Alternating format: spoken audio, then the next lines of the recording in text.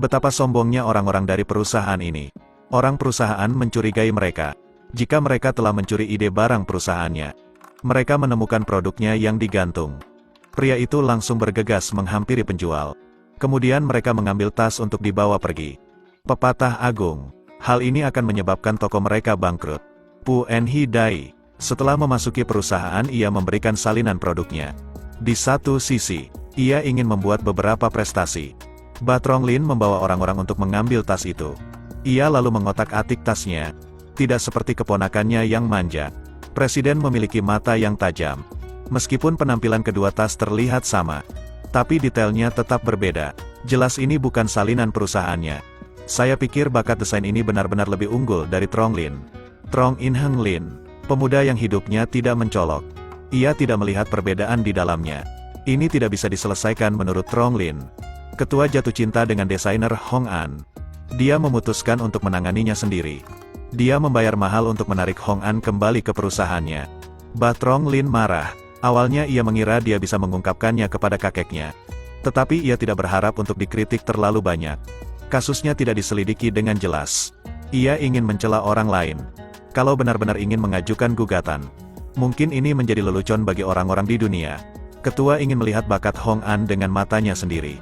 Segera keluarkan satu dan ucapkan kepada Hong An. Tepat di tempat kerja, ia memperbaikinya menjadi tas jinjing. Ini sangat mudah baginya. Ranselnya penuh dengan tumpahan. Itu terlihat buruk. Ini tidak masalah. Bagaimana cara memperbaikinya? Tetapi Hong An tidak sederhana itu. Ini hanya gulungan benang. Ia menggunting kecil dan melahirkan tas tangan. Tas ransel country berubah menjadi cantik dalam sekejap mata. Dalam 10 menit mampu menghasilkan sebuah produk baru. Ia bahkan lebih baik dari desainer papan atas perusahaanku. Batrong Lin tidak memiliki mata untuk melihat barangnya. Dengan keterampilan ini, gadis ini bisa saja memasuki pabrik itu.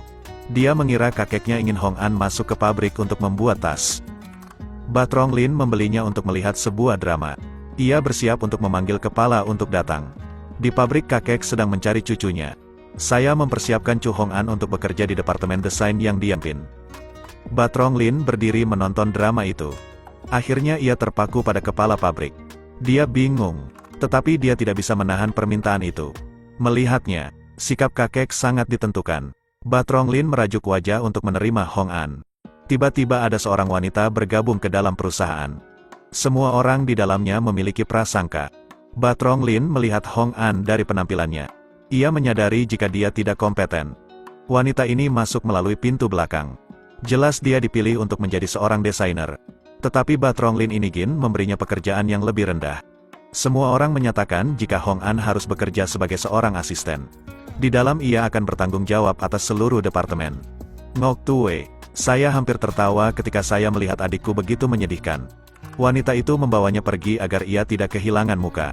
Dia berbohong dan mengajak Hong An berkeliling perusahaan. Ia membawanya ke ruang tamu. Dia memperingatkan Hong An untuk tidak memberitahu rekan-rekannya bahwa keduanya adalah saudara. Jika orang-orang di perusahaan tahu hubungan kita, aku akan menghabisimu. Ternyata Batrong Lin dan Hong An melakukannya.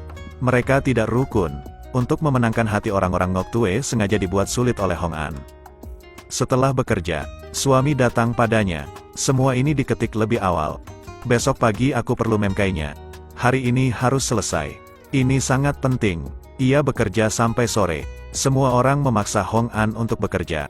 Di sini, Batrong Lin dipanggil oleh presiden untuk memeriksa kompetensi cucunya. Ketua memberinya tes dan menyuruhnya untuk menyelesaikannya. Hal ini bertujuan agar ia diberhentikan. Ia mencari untuk memeriksa Batrong. Tampaknya ini menjadi sebuah masalah besar. Dia menyalahkan kakek karena menunda jalan-jalannya. Batrong Lin benar-benar tidak memikirkan cara untuk membuangnya. Ia memeriksanya lagi. Lalu ia pergi minum dengan temannya. Hong An melihat ujian di tanah. Tiba-tiba ia langsung mengambilnya. Setelah bekerja, ketua melihat cucunya sedang minum-minum. Dengan marah ia masuk ke dalam restoran. Bahlin, kau tidak apa-apa.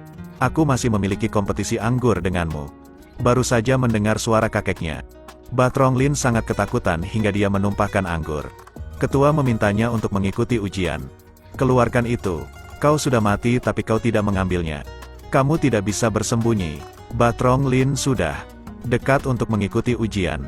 Tetapi ternyata tidak ada ujian lagi untuknya. Sesi ujian yang damai akan berjalan dengan baik.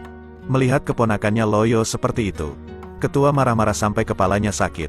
Asisten menemukan ujian di dekatnya. Ia percaya bahwa Batrong Lin sedang digantung di dahan pohon. Ia takut dimarahi. Ketua mengambil desain. Ia memuji Batrong karena lukisannya yang indah. Pantas saja anak ini punya nyali untuk pergi minum. Gambarnya cukup baik. Sangat baik. Batrong Lin tercengang melihatnya. Ia tidak tahu siapa yang menggambarnya dengan indah. Ia memikirkannya di kantor. Hanya Hong An yang bekerja lembur. Ia menunggu kakek yang baru saja meninggalkannya. Batrong Lin segera mengambil desain. Ia meminta Hong An menggambar itu karena dia yakin Hong yang melakukannya. Ia mendapatkan jawaban konfirmasi. Hati Batrong Lin bahagia seperti bunga mekar. Awalnya Ba berpikir bahwa Hong adalah orang rendahan. Tetapi saat memeriksa gambarnya, ia pun tidak bisa melakukannya. Saya hanya karyawan baru. Hal ini mudah dipecahkan. Untuk berterima kasih kepada Hong An, Batrong Lin segera membawanya keluar untuk makan. Dalam kelayakan restoran, dia berpakaian terlalu santai. Semua orang beli dari pasar. Dari ujung kepala sampai ujung kaki. Ini tidak lebih dari 100 yuan. Pakaianmu kusut. Saya tahu harganya murah. Bahkan pelayan memakai baju yang lebih baik darinya. Melihat orang di sekitar yang memakai pakaian sopan, Hong An membuatnya tidak nyaman. Dia mengusulkan untuk pindah ke restoran lain. Batrong Lin tidak mengerti. Ia tidak memintanya untuk membayar. Kenapa begitu panik? Restoran mewah berbeda. Mereka juga menawarkan diskon amal. Sumbangkan satu barang dan kau akan menerima 30% diskon. Ia pergi terlalu cepat. Batrong Lin hampir membawanya. Aku tidak ada apa-apa dengannya. Dia membawa Hong An ke dalam. Kau memiliki promosi tapi tidak mengambilnya. Itu bodoh. Hong An melepas gelangnya sendiri. Ini normal, tidak bisa lebih dari ini. Wajah pelayan juga tersenyum. Ini akan disumbangkan. Barang ini akan dibawa ke pelelangan. Saya tidak tahu mengapa Hong An berani mengeluarkan gelang putih itu. Ini juga diungkapkan Trong Lin karena ia benci pada kulit wajahnya. Tidak menyangka mereka benar-benar mengangkat tangan dalam pelelangan. Batrong Lin melihat drama yang bagus. Ia tidak tahu apakah akan ada seorang pangeran yang akan membeli gelang ini. Ia mengetahui bahwa gelang itu buatan tangan Hong An. Semua orang di bawah mengatakan halo. Gelang yang biasa-biasa saja, acara lelang benar-benar rugi. Hong An tidak peduli. Di depan mata semua orang ia menceritakan kisah tentang gelang ini. Ketika saya berhasil menyelesaikan suatu kesulitan, saya menghilangkan jejak yang hilang. Ini juga melambangkan bahwa saya telah mendapatkan langkah yang lebih maju. Ketika sesuatu yang istimewa layak untuk diperingati lagi, saya akan menggantung sebuah burung merak. Orang-orang di bawah perubahan pikiran. Satu orang menawarnya lebih dari yang lain. Batrong Lin mengembangkan penglihatan miliknya. Tak heran Bak Liu melihat uang sebagai sampah. Hanya itu, harganya mencapai 10.000 yuan. Pelanggan tidak sengaja menyentuh Batrong. Segelas anggur di tangannya tumpah ke seluruh tubuh Batrong. Batrong berdiri dan mengelapnya. Para juru lelang. Bukankah itu Baho? Berapa harganya, Pak? Tidak. Mengapa? 50.000. Selamat Kua yang mendapatkannya. Ia benar-benar dipaksa untuk jual beli. Sekarang mulutnya terdiam. Ia menderita tapi tidak bisa berkata-kata. Batrong tidak ingin mengatakan bahwa ini adalah kesalahpahaman.